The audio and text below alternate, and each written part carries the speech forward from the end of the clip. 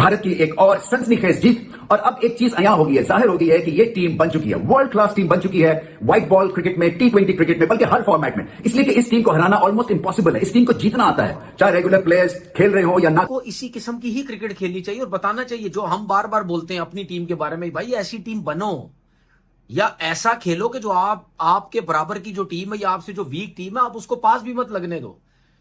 ठीक है, वो इंडिया ने बता दी है। अब ये सोचते रहो कि दूसरी टीम कौन है एशिया की, तीसरी टीम एशिया की कौन है। मैं तो पहले से कह चुका हूं कि एशिया की टॉप की, दुनिया की टॉप की टीम इंडिया है। की बात यही कि यूएई तो अभी शारजा में मुश्किल कंडीशंस में बैटिंग कर रही थी। यहां यूएई के ऊपर भंड नहीं है, यहां तारीफ इंडिया की बॉलिंग अटैक की है कि भाई साहब इन्होंने तो ऐसी रेल पेल मचा दी जैसे यूएई तो यहां 10 रन बनाने के काबिल नहीं है। 4 विकेटें कुलदीप यादव, 3 विकेटें शिवम दुबे, एक विकेट अक्षर पटेल, जसप्रीत बुमराह, वरुण चक्रवर्ती, और चाहिए क्या सिवाय एक हार्दिक पांड्या के शुरू के 10 रन के ओवर के जिसमें 2 बाउंड्रीज पड़ गई, उसमें भी 3 डॉट बॉल्स हैं, एक पे सिंगल, 2 बाउंड्री। स्पिनर ना ग्रिप नहीं कर पाता, मैंने याद आपको पहले भी बताया था, यहाँ ड्यू फैक्टर ज्यादा है और यहाँ पर स्क्वायर एरिया नहीं है, स्क्वायर एरिया रफ नहीं है। जब स्क्वायर एरिया रफ नहीं होगा तो बॉल जो है वो गीला रहेगा, ड्राई कम होगा, इसलिए उन्होंने कहा कि जो अर्ली फायदा है ना स्पिनर्स का वो उठा लें हम लोग। तो शायद इसी वजह से मुझे लगता है कि उन्होंने बाद में बॉलिंग का ऑप्शन नहीं रखा हमने। सही है। अब विकेट आएगा, बस कर दो, छक्का हो गया। यार मैं तो सोच रही हूं प्रेडिक्शन करूं ही ना आजकल। नहीं, मेरा बात आपने कहती थी, अब आपने मैच देखा है, टॉस जीत लिया इंडिया ने, बैटिंग नहीं बॉलिंग कर रहे हैं वो, तो क्या कहोगी अब आप? मैं जो कह रही हूं उल्टा हो रहा है, यूएई जीतेगा। अच्छा, ये कितनी तेज है, ये बहुत नॉटी हो रही है, बहुत नॉटी हो रही है। अच्छा जी, वो कह रहे हैं जो कह रही हूं उसका उलट हो रहा है, पता चले मैं कहूं हाँ तो। अच्छा नुज़ाल आप बताओ, आपको लगता है कि इंडिया का ये राइट डिसीजन था बॉलिंग का पहले? अच्छा, उसके अलावा जितनी भी टीम्स है जो एशिया कप में खेल रही हैं वो सब एक जैसी हैं। लोग कहते हैं ना रैंकिंग, भाई रैंकिंग चेक कर लो, सब पास पास है, 5 से नीचे हैं, सब एक जैसे। और ये एशिया कप में जो टीम, इंक्लूडेड पाकिस्तान भी, जो टीम इंडिया को हराएगी, क्योंकि पाकिस्तान का राउंड का मैच है, फिर उसके बाद सुपर 4 में भी आना है, उसमें भी जो टीम इंडिया को हराएगी, इंक्लूडेड फाइनल भी, क्योंकि क्रिकेट का कुछ पता नहीं होता, कुछ भी हो सकता है। किसी एक प्लेयर का बल्ला चल गया, किसी एक बॉलर का दिन हो गया तो विकेट्स ले जाएगा। इंक्लूडेड इंडिया फाइनल भी कहीं हार गया, जो कि ज्यादातर 99% लोगों को यह पता है, आइडिया है कि इंडिया ही ये फाइनल जीतेगा, क्योंकि जो टीम्स हैं कोई मुकाबला ही नहीं है, दूर दूर तक कोई मुकाबला नहीं है।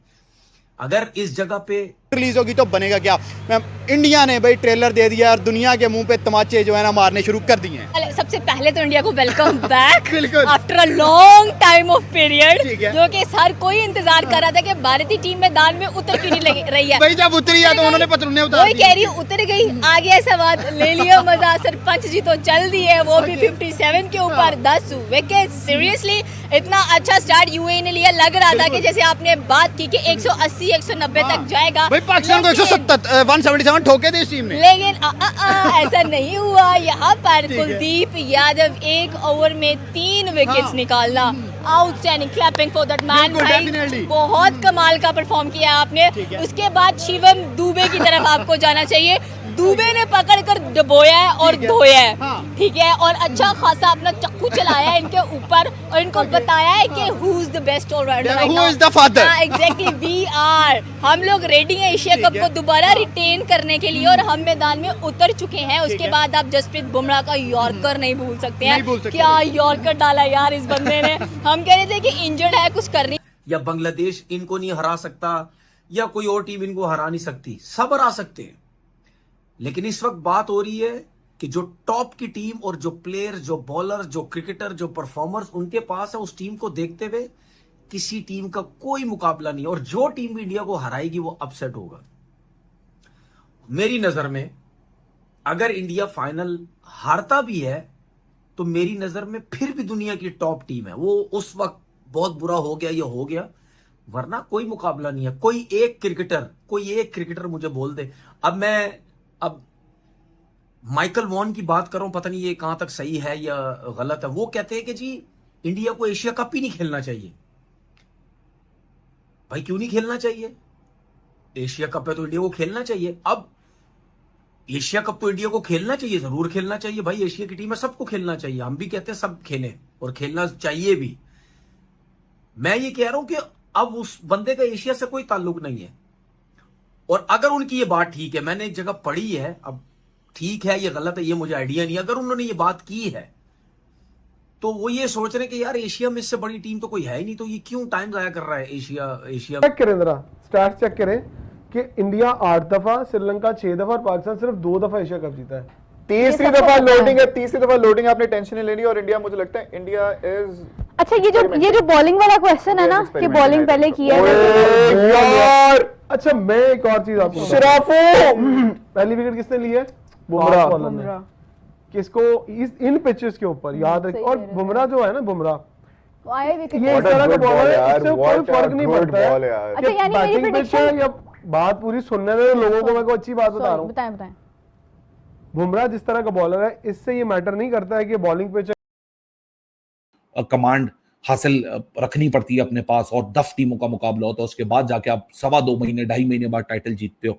सो वो जो रिगरस पूरा इन एंड आउट होता है ना, जाहिर सी बात है उसका तो इनपुट बहुत होता है। देखिए, गंभीर remains a very good white ball coach. England tour पे बहुत सारे सवाल थे गंभीर के ऊपर, लेकिन वही वाली बात है, जब आप सीरीज 2-2 कर आ गए तो बहुत सारे लोग जो आप पे शक व शुबात भी कर रहे थे वो भी अब उनके मुंह भी बंद हो गए।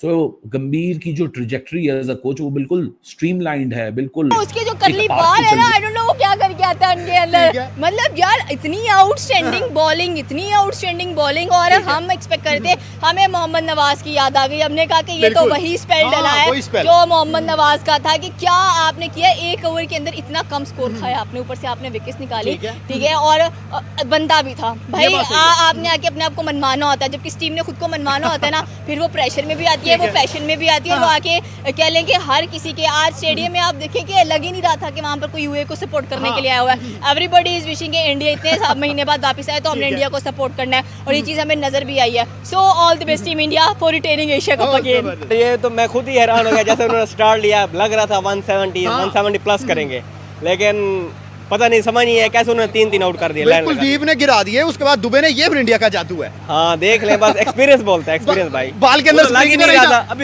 नमस्कार दोस्तों, क्रिकेट न्यूज के एक और वीडियो में आप लोग का स्वागत है। आज जो कि एशिया कप का दूसरा महामुकाबला इंडिया वर्सेज यूएई के दरमियान खेला गया, जिसमें इंडिया की टीम की बॉलिंग देख पूरी दुनिया हैरान रह गई।